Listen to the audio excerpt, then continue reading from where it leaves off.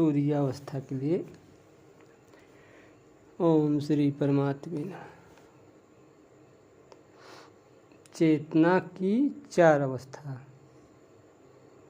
जागृत सबको पता है, स्वप्न भी सबको पता है, सुषुप्ति भी सबको पता है। तुरीयावस्था, जिसे हम जागृत में होते हैं तो स्वप्न नहीं होता है और न ही सुषुप्ति होता है और न ही तुरीया होता है। जब स्वप्न में होते हैं तो न जागृत होता है और न ही सुषुप्ति होता है और न ही तुरीया होता है। और जब सुषुप्ति में होते हैं तो न जागृत होता है और न स्वप्न होता है और न तुरीया होता है। लेकिन जब तुरीया में होते हैं तो न जागृत होता है और न स्वप्न होता है और न सुषुप्ति होता है। ये तुरीया की अवस्था है।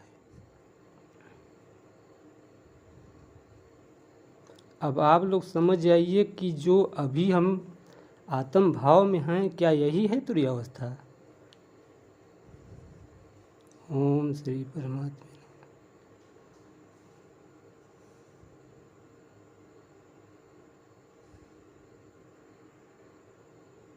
जी भैया जी, बहुत बहुत धन्यवाद आपको।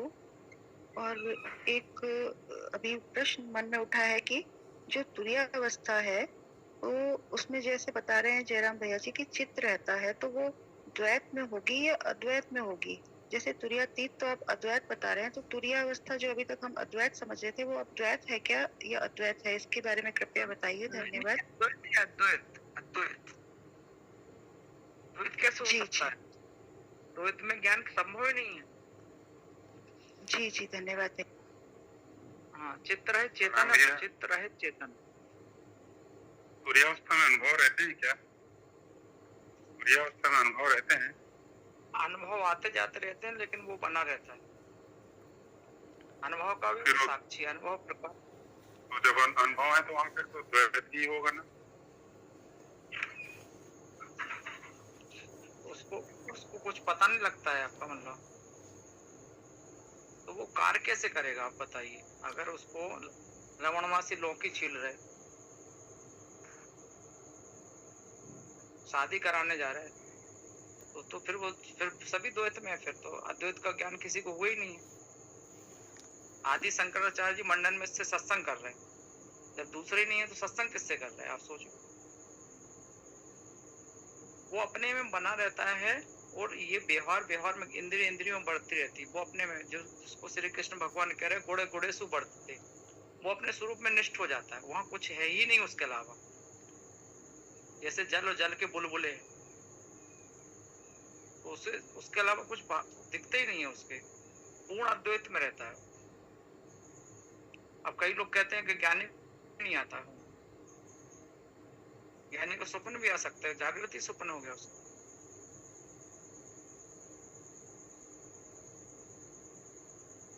ये कह सकते हैं कि अद्वैत तक मतलब अद्वैत तक की यात्रा करने के बाद फिर से मतलब अद्वैत की अवस्था को हमेशा स्मरण में रखते हुए फिर वो द्वैत में कार्य करने के लिए फिर वापस आते हैं, शारीरिक कार्य या मानसिक कार्य। वो आता जाता नहीं है। नहीं, कहीं आता जाता नहीं। वो अपने में बना रहता है। कार्य सहज में होते वो, कहीं आना जाना का मतलब अपनी जो चेतना है उनको मतलब उस चीज का एहसास है, उस अवस्था का बस उनको स्मरण रहता है वो। हाँ। और वो मतलब सहज रहते हैं, मतलब सहज रहते हैं, द्वैत नहीं आते हैं, मतलब सहज रहते हैं, लेकिन उनको हमेशा उस चीज की स्मृति में बने रहते हैं। ये कहना चाहते हैं? बिल्कुल। जैसे वो पनिहारी अपने घड़े पर 3 बर्तन रखे हुए घड़े, और वो बातें भी करती, सब कुछ करती, लेकिन एक दृष्टि सदा उसके घड़े पे बनी रहती। इसी तरह वो उस साक्षी अवस्था, उस चेतन अवस्था में, तुरीया में बना रहता है। जो अभी रतीश भैया ने बोला ना कि ना वो जागृत है, ना स्वप्न है, ना सुसुप्ति है, क्योंकि तीनों को जो प्रकाश रहा है, ये तीनों अवस्था है उस चेतना की है। लेकिन तुरीया कोई चेतना के नहीं है, उससे सब है। वो उसमें बना रहता है और सब करता रहता है। इसलिए ज्ञानी होके ज्ञान सबको समझ में आता है। ये बहुत गहरी विचित्र अवस्था है।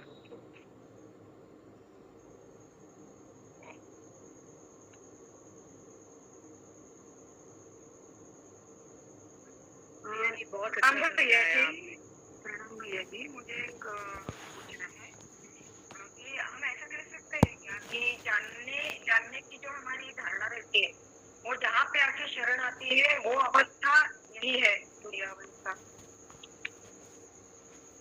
जानने की क्या आती है? जानने की एक हमारी ये रहती है ना, जब तक है जानने की, मतलब जानने वाला ही जानने को जानता रहता है बार बार। तो ये जानने की एक क्षमता हमारे अंदर सतत सहज रूप में है, वो जहाँ पे आके शरण आती है वो यही अवस्था है तुरीय अवस्था। सही है। ये मतलब आपका कहने वाला पूर्ण विश्रांति वहीं मिलेगी तुरिया में। बिल्कुल बिल्कुल, यही मुझे भाषित होता है। सही है। तब तक उसको पूर्ण शांति मिलेगी ही नहीं, अभाव कुछ ना कुछ समथिंग मिसिंग रहेगा ही रहेगा। एक अवस्था ऐसी घटेगी कि आपको सारी चीजों से हट जाएंगे और आप उसमें ड्रॉप हो जाएंगे, फिर वहाँ पूर्ण विश्रांति।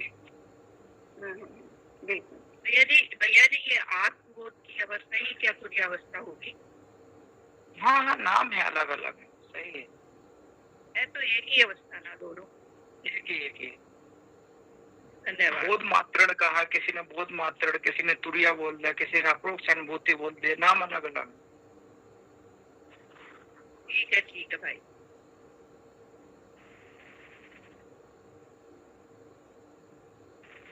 जी भैया जी, बहुत बहुत धन्यवाद आपका।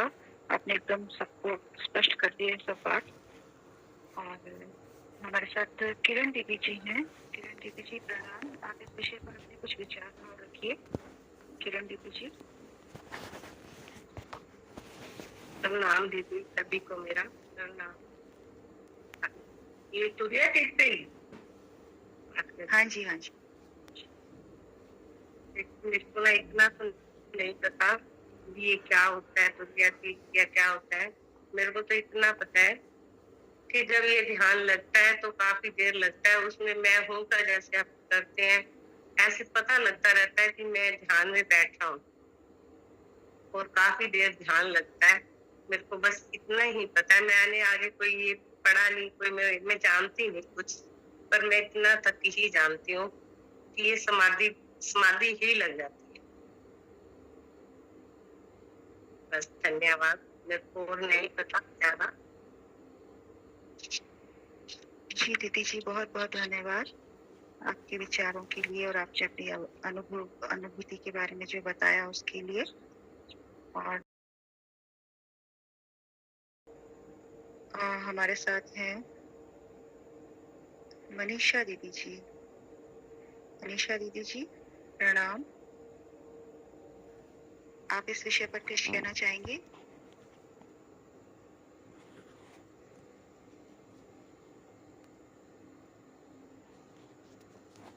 और अभी हमारे साथ एक नंबर जुड़े हुए हैं जो +1 437215 कनाडा से।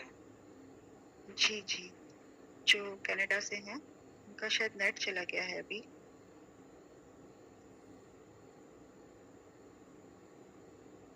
और कोई भी इस पर अपने कुछ भाव विचार रखना चाहे तो आप सभी का स्वागत है। प्रणाम दीदी जी, मेरा एक सवाल था। जी मतलब मुझे भी, मैं आरती से जब ध्यान कर रही हूँ तो मुझे जैसे अनाथ नाथ भी सुनाई देता है बहुत जोर से, और मेरे जैसे हृदय की जो मतलब ठोके जो होते हैं ना बहुत जोर जोर से सुनाई देते, मतलब मुझे बहुत उससे मतलब मैं ये हो जाती हूँ, डिस्टर्ब हो जाती हूँ उससे। मैंने जाकर डॉक्टर से भी चेक किया, उन्होंने भी मुझे नॉर्मल बता दिया, लेकिन जब मैं ध्यान से बैठती हूँ अभी 8 दिन से, तो मेरे हृदय कैसे ठोके बहुत जोर जोर जोर से एक कान में सुनाई देते, अनाथ नाद भी होता है, फिर वो हृदय के ठोके के भी बहुत जोर से आवाज आती है, और पता नहीं ये क्या। मैं समझ गया। ये बताइए कि जो अनाद होता है वो बराबर एक जैसी वो धुन आती है कि बदलती है, ये पूछना। कभी जोर से कभी धीरे से, जैसे क्या बोलते हो, एकदम झिंगुर टाइप की आती है क्या? झिंगुर झिंगुर झिंगुर टाइप की आवाज आती है, कभी कम ज्यादा होती है, राइट कान में होता है। लेकिन ये हृदय के ठोके इतने क्यों, मतलब ये हो रहे हैं अभी, क्या से क्या हार्ट बीट से एकदम बढ़ जाती है? नहीं, हार्ट पे ध्यान मत दीजिए, वो जो अनाद सुनाई दे रहा है उसको सुनते रहिए, वो शांति से, सब चीजें सही हो जाएंगी। हाँ जी। और एक जी जी जी जी जी। और एक रितेश भैया जी, प्रणाम आपको। मुझे एक पूछना था, अभी अवस्था की बात चल रही तो मैं जानना चाहती हूँ, उस दिन जब ध्यान किया तो मेरी कौन सी अवस्था थी?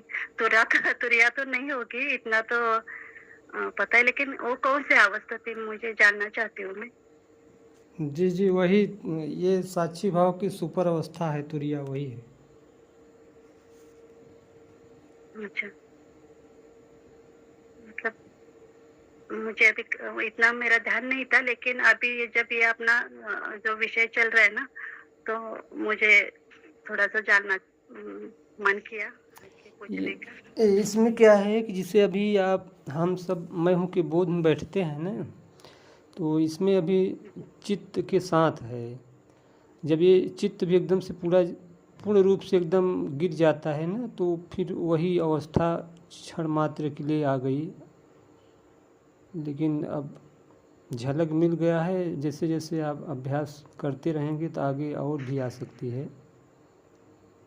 हाँ, आधा पौन घंटा दीदी बोली मुझे, लेकिन जब जब अभी मैं बात जब सुन रही हूँ तो मुझे थोड़ा थोड़ा लग रहा है कि मैं उसके आसपास कहीं हूँ, इसीलिए मैंने ये सवाल पूछा। आप अनाथ नाथ सुनते रहिए, कोशिश कीजिए उसमें बने रहिए बस, और कोशिश ये भी कीजिए कि सुनते सुनते सुनने का भाव छोड़ दीजिए और बने रहिए बस, आपके अंदर सारी घटना ऑटोमेटिक हो जाएंगी। भैया जी, ये अगर अचानक ही अनंतनाथ सुनना बंद हो जाए तो इसका क्या मतलब होता है? आवाज समझ में नहीं आई। जैसे मेरे को 1 साल से बराबर दिन रात अनंतनाथ सुनाई दे रहा था, अब कुछ दिन से अनंतनाथ सुनना बंद हो गया है, तो इसका क्या वो है? कुछ भी नहीं, कोई टेंशन मत लीजिए, वो कभी बंद होता ही नहीं है। अच्छा अच्छा, ठीक है। हाँ, वो अपने को लग रहा है ना, उस पर जोर ही मत दीजिए सुनने के लिए, वो ऑटोमेटिक फिर आ जाएगा। हाँ, ठीक है, धन्यवाद। हाँ, हाँ। लेकिन अनाथ तो सुनाई देते ना बहुत जोर से, कभी कभी आवाज, कभी कभी ऐसे लगता है कि पागल सा लगता है, बहुत जोर जोर से आवाज आता है अनाथ की, तो जोर से आवाज आता है, कभी कभी पूरे शरीर से, माथे से, मुंह से, सब जगह से आता है, इतना तेज आता है कभी कभी।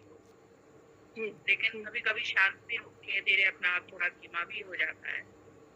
जी, तो मैं डर कर 2 दिन नहीं बैठी, क्योंकि मुझे थोड़ा सा डर लगा कि बहुत जोर जोर से आवाज आ रही है।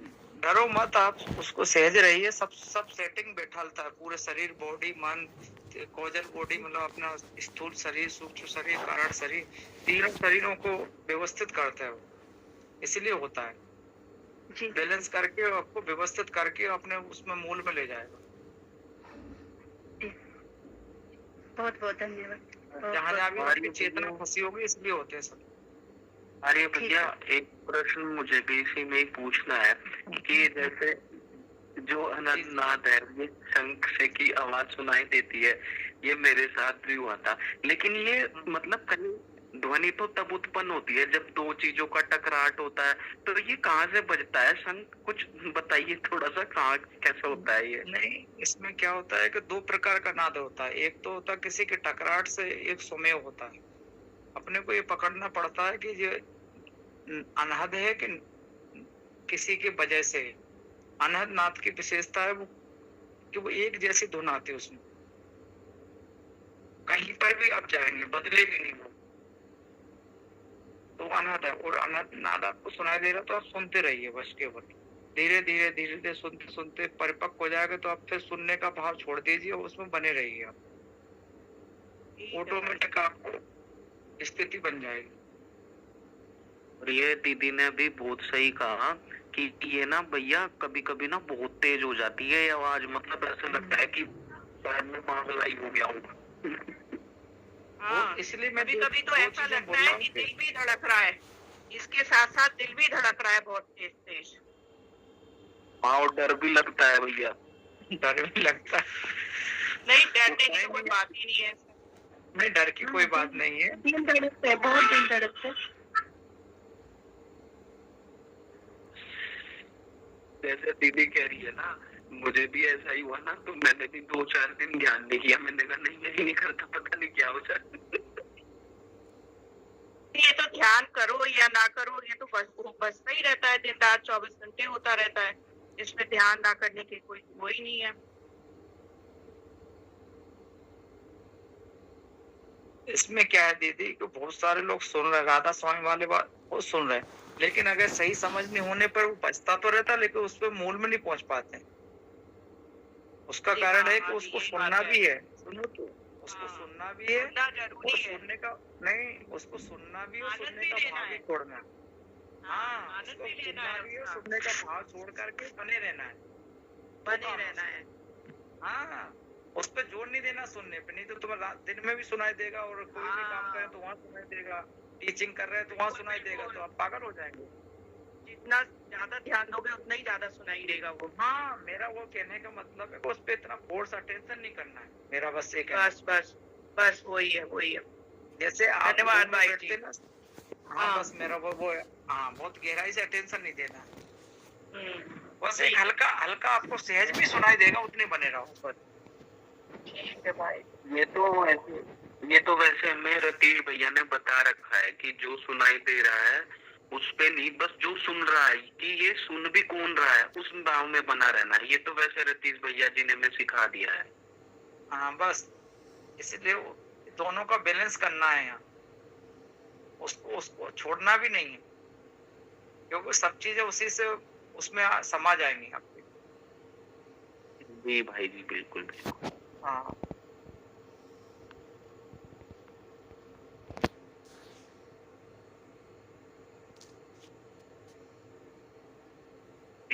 एक प्रश्न और पूछना है भैया जी, आर्या भैया। जी जी जी जी। ये स्वर्ग नरक भी कुछ होता है क्या? क्या स्वर्ग और नरक जैसा कुछ होता है क्या? देखो, होता तो कुछ नहीं है, होता भी है। जैसे आपने सपना देखा ना, तो सपना होता है कि नहीं होता है? वो सपने में जब आप रहते हैं तो आपको हकीकत लगता है कि सपना लगता है? आप बताओ इसका उत्तर।